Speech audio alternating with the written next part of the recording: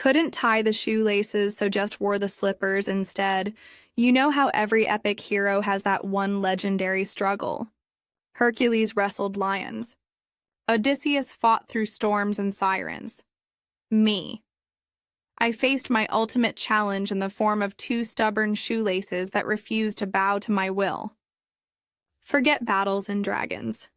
This was the saga of me versus the art of tying shoes. Spoiler alert. The shoes won. And that is exactly how I became the kid who proudly walked into history class in neon green bathroom slippers. But let me take you back to the beginning so you understand how I ended up becoming the chosen slipper warrior of 7th grade. It started on a rainy Tuesday morning. The kind of rain that made the sky look like it had given up on life. My alarm went off and of course I hit snooze. Then I hit snooze again. And again.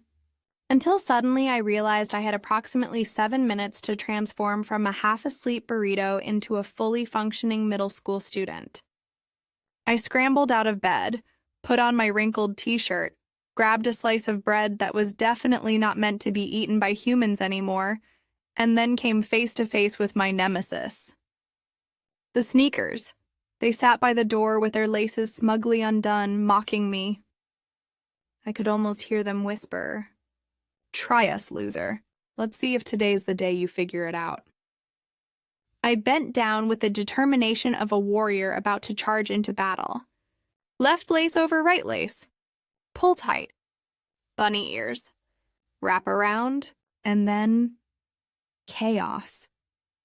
Somehow the laces turned into a knot that looked like spaghetti mixed with quantum physics. My fingers twisted, my brain fried, and the clock ticked closer to doom. I tried again, and again. By the 4th attempt, my left eye started twitching. By the 6th attempt, I accepted that maybe shoelaces were never meant to be tied by mortals. Ancient gods probably created them as punishment for humanity. It was either that or my hands were cursed. Either way, I knew I could not waste another second. That is when my gaze fell upon the slippers. They were sitting innocently in the corner. Bright neon green, fluffy, comfortable, and most importantly, lace-free.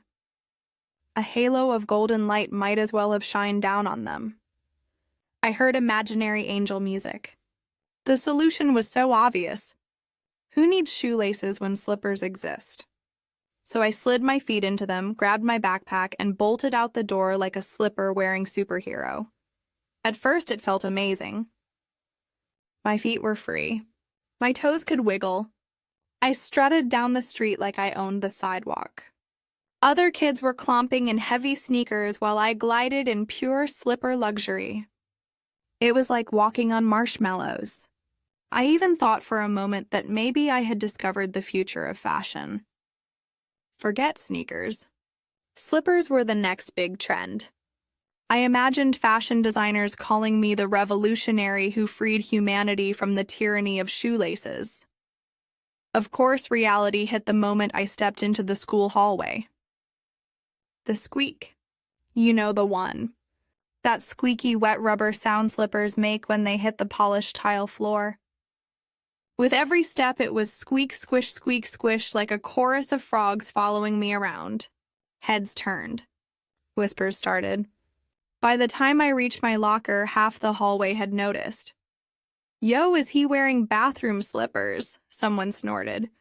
"No way, bro came to school looking like he just walked out of the shower." Another voice laughed. I tried to play it cool. It's a vibe. It's called comfort over conformity. But the squeaks betrayed me. Each step screamed louder than my words. Things only got worse in math class. My teacher, Ms. Jenkins, had the eyes of a hawk. She noticed everything from gum chewing to secret texting. And she definitely noticed my footwear. She raised one eyebrow so high I thought it might fly off her face. "Care to explain your choice of shoes today?" she asked in that icy teacher voice that could freeze a volcano. I panicked. My brain searched for an excuse. Any excuse. "It's a cultural project," I blurted out. I'm studying ancient slipper traditions for history. The class burst out laughing. Ms. Jenkins did not. She just shook her head and told me to sit down before she deducted points for slipper fraud. At lunch, things took a turn for the dramatic. I walked to the cafeteria tray in hand, squeak, squeak, squeak. And then disaster. My slipper betrayed me.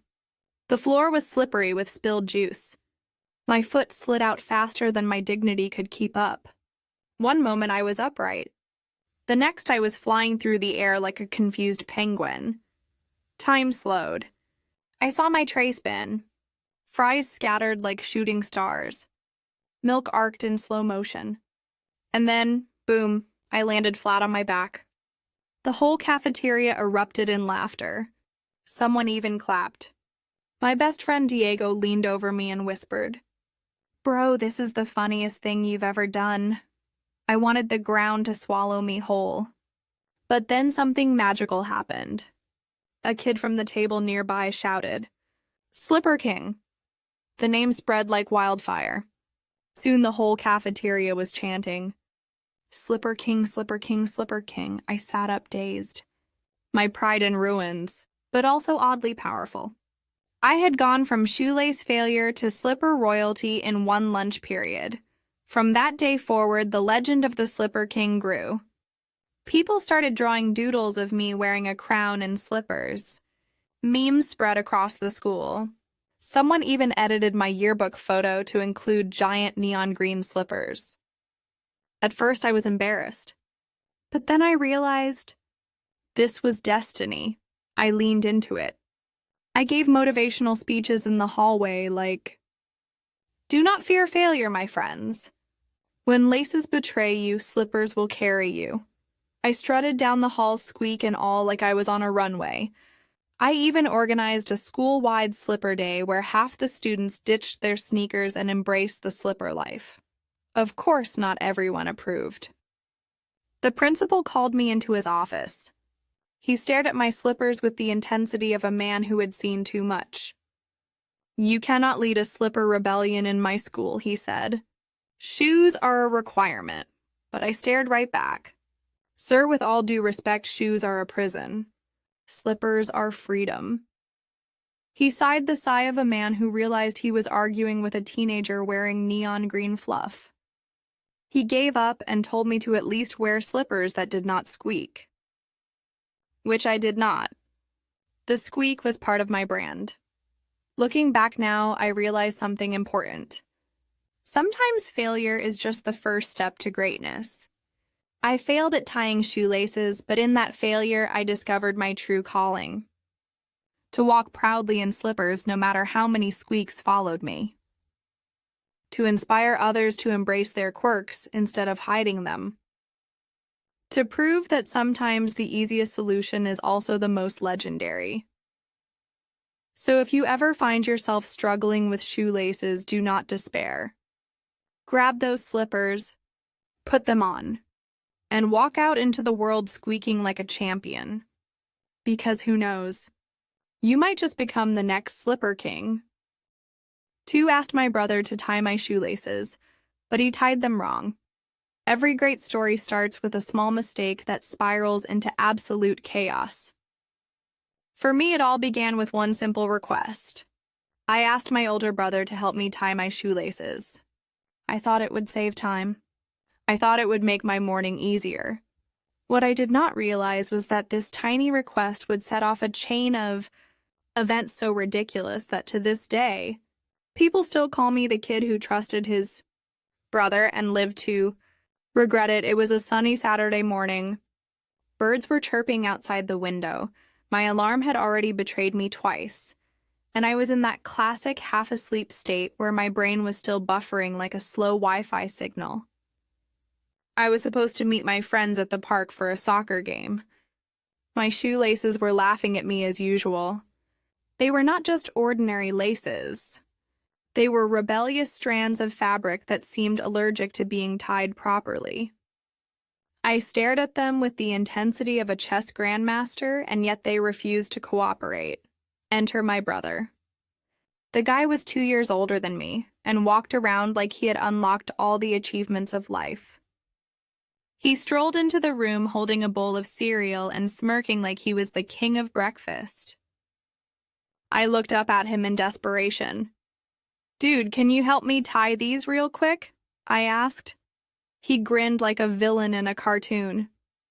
"Of course, little bro. Hand me the sneakers." Now here is the thing about older brothers. They never just do what you ask. There is always a catch. Always a hidden prank waiting to explode in your face. But in my sleepy panic, I did not think about that. I handed him my sneakers and trusted him like a fool. He knelt down dramatically like some medieval knight about to perform a sacred ritual. "Watch and learn," he said. He looped the laces around each other, twisted them, pulled them tight, and gave me a nod. Done. Perfect. Those babies will never come undone. I slipped the sneakers on, not bothering to double-check because who checks the work of their own brother? I grabbed my backpack, sprinted out the door, and felt unstoppable. The world was mine. 5 minutes later, reality slapped me across the face. As I jogged down the street, my shoes suddenly tightened. Not just tightened, they squeezed like they were trying to strangle my feet. My brother had not tied them the normal way. He had created some kind of experimental knot that locked my sneakers shut like prison doors. With each step, they got tighter. My toes were screaming. My ankles begged for mercy. I tried to stop and loosen them, but the knots were so complex they looked like they belonged in a museum of impossible puzzles. A neighbor walking her dog stopped and stared. "Are you okay, honey?" she asked as I bent over, wrestling with my feet like a maniac. "I am fine," I wheezed, trying to pull the knot loose. Spoiler, I was not fine. My sneakers were officially weapons of torture. By the time I made it to the park, my friends were already there warming up. I hobbled over like a penguin in distress. Diego, my best friend, took one look at me and burst out laughing. "Bro, what happened to your feet? Did you lose a fight with your own shoes?" "Not my fault," I said, pointing dramatically. "My brother tied them." Everyone gathered around to inspect the damage. One of the knots looked like a pretzel that had been run over by a truck. Another looked like the DNA model from science class. My friends poked and prodded, but nothing worked. The shoes would not open. It was as if my brother had summoned the spirit of knot tying and cursed my sneakers forever. Despite the pain, I decided to play soccer anyway. Bad idea. Every time I tried to kick the ball, my shoes clamped tighter. It felt like my sneakers were actively trying to sabotage me. I tripped over my own feet. I face-planted in the grass. At one point, I accidentally kicked myself in the shin. My team lost miserably, and I was voted least useful player of the day, which is a title nobody wants.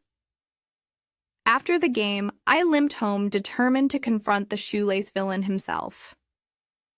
I stormed into the living room where my brother was stretched out on the couch eating chips like a king. "You tied them wrong," I accused. He laughed so hard he almost choked. "Of course I did. What did you expect?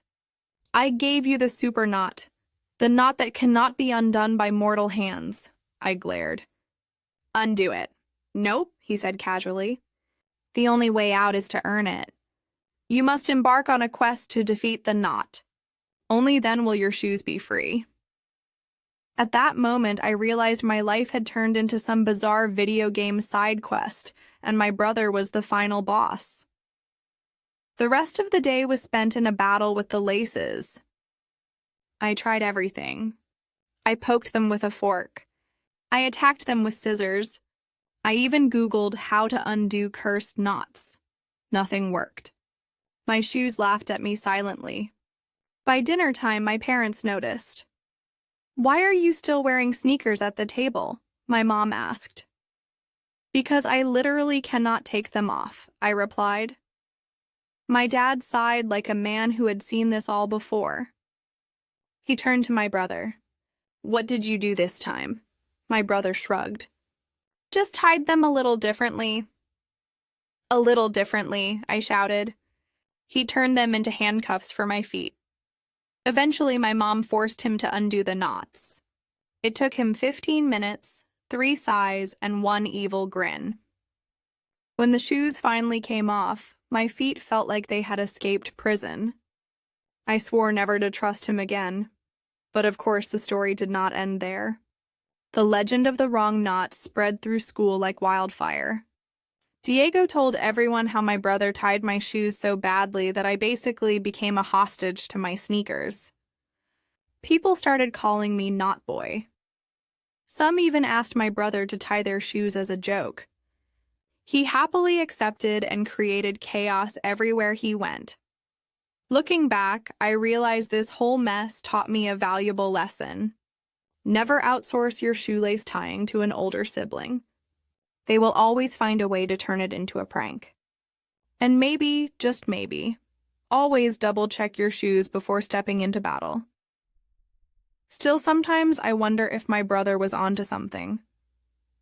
Maybe the wrong knot was not just sabotage. Maybe it was art. Maybe it was his way of reminding me that life is full of twists and turns, and sometimes you just have to laugh at the mess. So next time you ask someone for help, remember my story. Remember the wrong knot. And for the love of your feet, remember to tie your own shoes. 3 tied my shoelaces, but they kept coming undone. After a few steps, every now and then life teaches you that no matter how much confidence you have in yourself, gravity and shoelaces are still undefeated champions. The day I learned this truth, I walked out of my house thinking I was the definition of cool, only to realize that my sneakers had other plans. What started as a normal attempt to look sharp quickly turned into a marathon of bending over again and again while my friends watched and laughed. And the funniest part was that it all began with the simplest of tasks. I tied my shoelaces. I thought I had it under control. Yet after a few steps, they betrayed me. It was a Monday morning and school was waiting like a monster ready to eat my energy. I had dressed quickly, brushed my teeth in record speed, and was already feeling proud of myself for being on time. My shoelaces, though, were just dangling like noodles. I bent down and gave them the classic loop, swoop, and pull. I tightened them with the determination of a superhero fastening his cape. Then I stood tall, grabbed my bag, and strutted out the door. 5 steps into my epic morning walk, something snapped. My right shoe whispered goodbye, and the lace slipped loose like it had signed a contract with chaos. I stopped, sighed, bent over, and tied it again. This time I doubled the knot. Problem solved, I thought. Except it was not.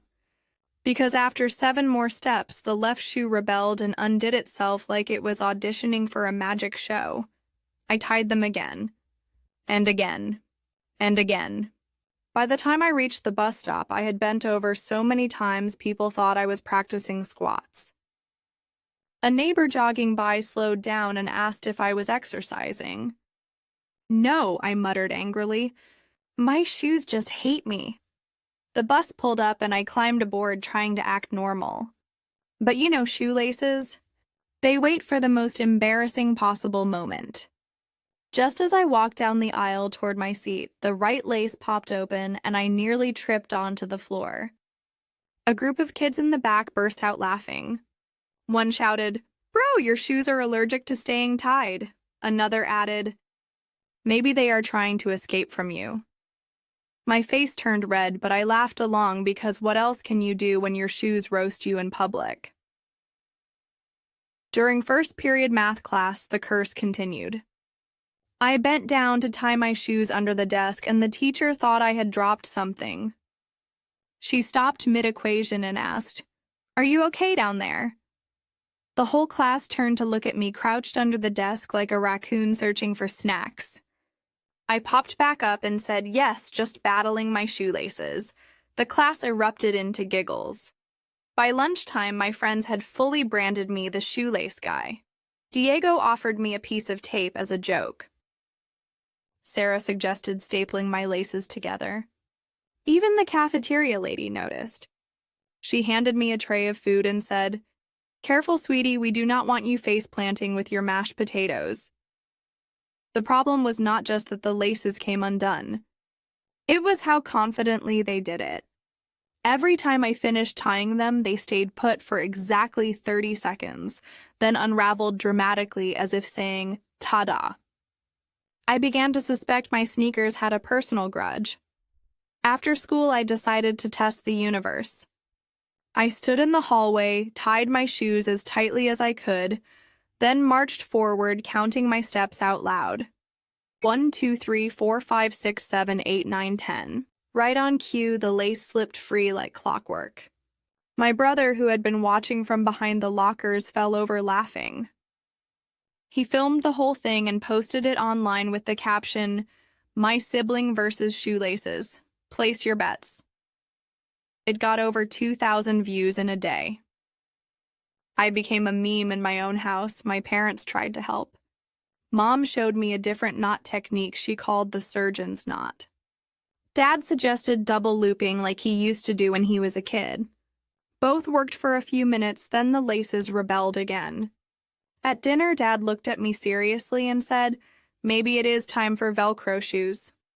I gasped. Velcro. The sign of defeat. I refused. That night I could not sleep. I kept hearing the phantom sound of shoelaces untying themselves. I dreamed of being chased by giant sneakers that tripped me at every corner. When I woke up, I was determined. Today I would defeat the curse. I grabbed my shoes and set up a whole science experiment. I tied them with different techniques. Bunny ears. Double bows. The Ian knot I found on YouTube. I timed how long each one lasted as I walked around the living room. The results were tragic. The longest record was 2 minutes and 17 seconds before collapse. My brother acted as the announcer like it was a sports event. And ladies and gentlemen, we have a new failure. Better luck next time. The next day at school, the legend grew.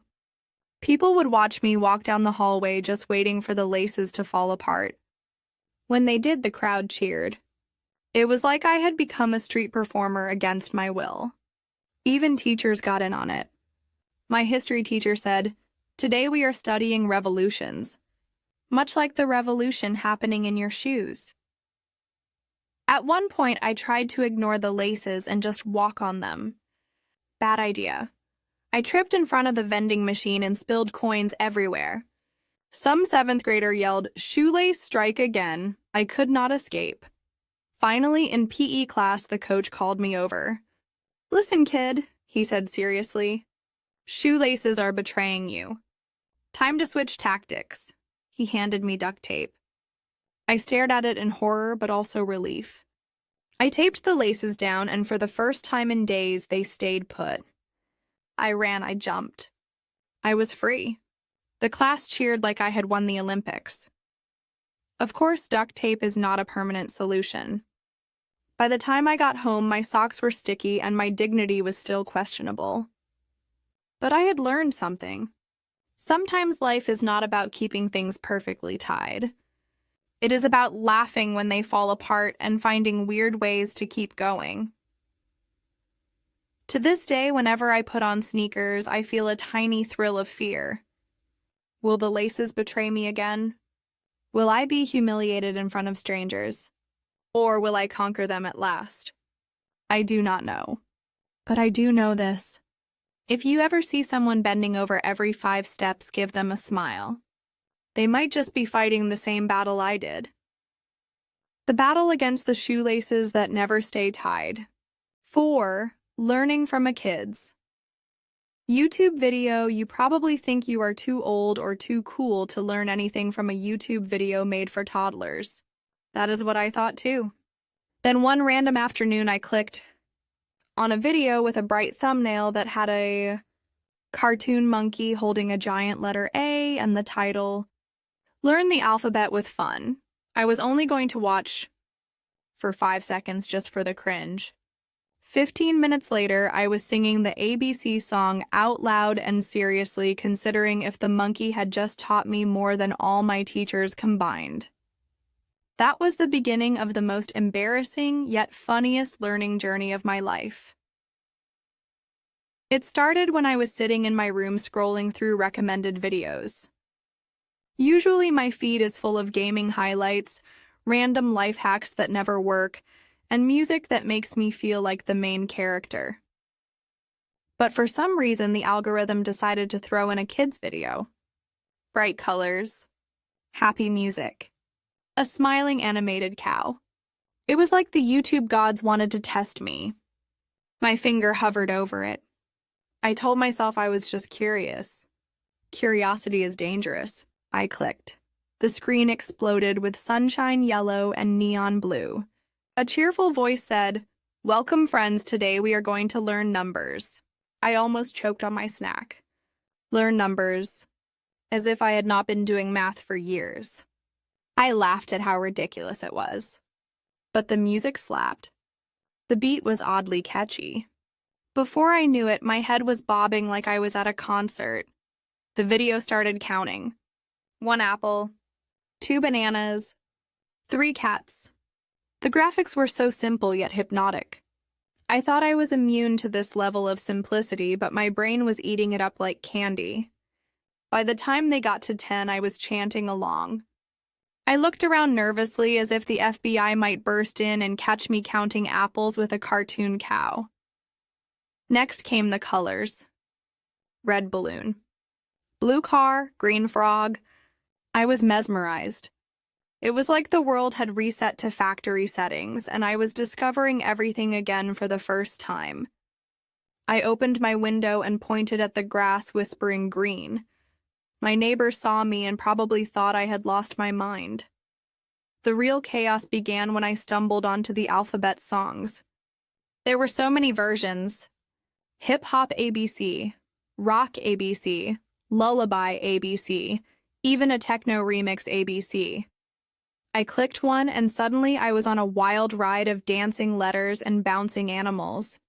A sang with a choir. B did a backflip. C drove a car. My brain was melting in the best way possible. I laughed at how absurd it was until I realized something terrifying. I was actually remembering things more easily than from school. Why was this working so well? Why did the dancing letter D make me remember words starting with D better than my vocabulary worksheets? Was the secret to knowledge really just bright colors and funky beats? Soon watching kids' videos became my guilty pleasure. Whenever I was stressed about homework, I would sneak onto YouTube and type baby learning songs. The algorithm caught on and flooded me with suggestions. Counting songs, shape songs, even songs about brushing teeth. One evening, my mom walked into my room and caught me chanting along with a cartoon rabbit about the importance of vegetables. I froze like a criminal. She raised an eyebrow and asked, "Are you seriously watching toddler videos?" I panicked and said, "It is research. For science." She did not buy it. My friends eventually found out too. Diego was scrolling through my phone and saw my history full of Baby Shark remixes and animal sound compilations. He nearly dropped the phone from laughing. Soon the entire group was roasting me. They would greet me by singing "The Wheels on the Bus." They would ask me if I wanted to sit in the kiddie section of restaurants. At first I was embarrassed. But then something unexpected happened. They started watching too. One day, Diego admitted that the counting video actually helped him memorize his multiplication tables. Sarah said the colors video helped her in art class. Even Mark, who always pretended to be too cool, confessed that the dinosaur alphabet rap was stuck in his head. Suddenly, we were all in on the joke. Lunchtime at school turned into sing-along sessions. The cafeteria echoed with ABC chants while teachers shook their heads in disbelief. Things escalated when we had to do a presentation in class. Instead of a boring slideshow, we created our own parody kids video. We dressed up as letters and danced around while rapping facts about the solar system. The whole class went wild. Even the teacher clapped along. We got an A+ and a new reputation as the YouTube crew. Of course, not everything was smooth. Once I accidentally blasted Baby Shark during a quiet study hall and became the target of death stares. Another time I hummed a toddler tune during basketball practice and the coach thought I had lost focus. But overall, the chaos was worth it. Watching kids' YouTube videos taught me more than numbers and colors. It taught me that learning is not supposed to be painful. It can be silly. It can be fun. It can make you laugh so hard you forget you are actually memorizing stuff. And honestly, maybe that is the secret all along. To this day, I still catch myself clicking on those videos. Whenever life feels heavy, I go back to the basics. 1 apple, 2 bananas, 3 cats. The simplicity is comforting. The songs remind me that sometimes being childish is not weakness. It is power. So if you ever see me with headphones on, nodding along, do not assume I am listening to some deep intellectual podcast. Chances are I am vibing with a cartoon monkey teaching me the alphabet again. And I am not ashamed anymore. Because knowledge is knowledge no matter how you get it. And if a neon-colored cow is the reason I remember that G stands for giraffe, then so be it. 5 Mom teaches the kid with a fun song. If you ever thought parenting was just about buying diapers and making sure the kid does not swallow Lego bricks, you have not met my mom. She had a unique teaching style, and by unique I mean she literally turned every lesson into a full-blown musical performance. Imagine Broadway but inside a living room with a messy couch, half-eaten cereal bowls, and a hyperactive kid who only cared about cartoons. That was me. The story begins on a Sunday morning, one of those mornings where the sun was way too happy to shine and the birds outside acted like they had signed a contract to scream at maximum volume. I was sitting on the floor, trying to make sense of a puzzle shaped like farm animals, but my attention span was already on strike. Suddenly, Mom stormed into the room holding a wooden spoon like it was a microphone. She had that look in her eyes, the one that said I was about to be part of a lesson whether I liked it or not. Without warning, she started singing. It was not a soft lullaby. It was more like a concert where the opening act was chaos. She sang about brushing teeth, washing hands, and not eating crayons. She added ridiculous dance moves like waving her arms around and spinning in circles. I sat there frozen between admiration and horror. Was my mom auditioning for a role in a Disney movie, or had she finally lost it? But here's the twist. It worked. Somehow my brain, which usually ignored adult instructions like they were spam emails, paid attention to the music. When she sang "Wash your hands before you eat or the germs will have a feast," my tiny self actually stood up and went to the sink. It was not logic that moved me. It was the catchy beat. Mom had discovered the ultimate cheat code for parenting. Soon every chore in my life was assigned its own anthem. There was a sock song that explained which foot goes where. There was a breakfast rap that made me finish my oatmeal instead of launching it across the room. There was even a song about going to bed on time which featured an imaginary DJ putting beats to the sound of yawns. I was living in a personal musical reality show where the star was my mom and I was the reluctant co-star. One of the funniest memories was the homework anthem. Picture me at the kitchen table staring at a math worksheet as if it were written in alien symbols. Mom slid into the chair beside me and began tapping her spoon on the table like a drummer. She rapped 2 + 2 is 4, do not throw your pencil on the floor. She made math sound cooler than cartoons. I laughed so hard that my frustration melted away. For the first time ever, subtraction felt like part of a comedy routine instead of torture. Of course, I had my moments of rebellion.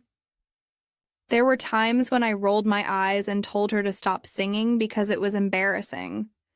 But every time she stopped, I realized that silence was boring.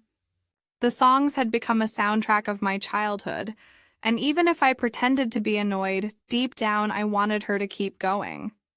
It was like secretly loving a cheesy TV show, but never admitting it to your friends.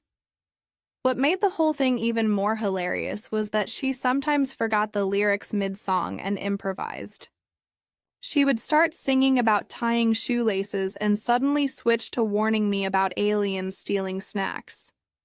I once asked her if she rehearsed these performances, and she just laughed and said moms do not rehearse, they improvise survival. That line stuck with me because it summed up the entire experience. As I grew older, the songs did not stop. Instead, they evolved. When I reached middle school, she wrote parody versions of pop songs to remind me about deadlines. Imagine my shock when I heard her belting out a remix of a famous boy band hit, but with lyrics about cleaning my room. At that moment, I realized she was not just teaching me lessons. She was creating memories that would stick longer than any lecture. Looking back, I think her method was pure genius. Science says music helps with memory retention, but Mom did not need science to tell her that. She just used creativity and humor to turn boring routines into games. It was not only effective but also hilarious. I mean, who else gets to say they learned multiplication through a dance remix created in their kitchen? The funniest part is that even now as an adult, those songs are still stuck in my head. When I wash my hands, I automatically hum her germ song. When I see a bowl of oatmeal, her breakfast rap echoes in my brain. It is like my childhood playlist follows me around in the background of life. Sometimes it is annoying, but mostly it feels like a secret gift. And here is where the Gen Z humor comes in. Imagine explaining this to friends. While their moms were giving them stern speeches, mine was spitting bars about brushing teeth. While their moms were calmly telling them to sleep, mine was moonwalking across the hallway singing a lullaby remix. Basically, I was raised in a family-friendly TikTok before TikTok even existed. There was one iconic day that deserves its own highlight. It was the day of the Great Song Battle. My cousin came over and bragged that his dad taught him multiplication with flashcards. Mom smirked and challenged him to a multiplication sing-off. She grabbed her spoon microphone, I grabbed a plastic bucket as drums, and together we turned the living room into a concert hall. My cousin froze, completely unable to keep up with the beat. Victory was ours. From that day forward, my cousin admitted that flashcards were nothing compared to freestyle education. The story could end there, but it did not. Because my mom continued using songs even when I thought I was too old. In high school, she tried to help me memorize biology terms by creating rap verses. At first, I refused, but when exam day came, guess who remembered everything? The mitochondria is the powerhouse of the cell was not just a fact. It was a chorus that replayed in my mind. Now that I am older, I finally get it. Mom was not just teaching me hygiene, homework, and chores. She was teaching me resilience, humor, and creativity. She showed me that even the most boring parts of life could be turned into art if you added a beat and a smile. That is something no textbook ever gave me. So whenever people ask why I hum random tunes while working, I tell them the truth. My childhood was basically a never-ending concert directed by Mom. And honestly, I would not trade it for anything. Because at the end of the day, learning through fun is the best kind of learning. And nothing is more fun than having your mom perform an impromptu concert about not forgetting your lunchbox. And if you are wondering, yes, I still remember the lyrics to the toothbrush song.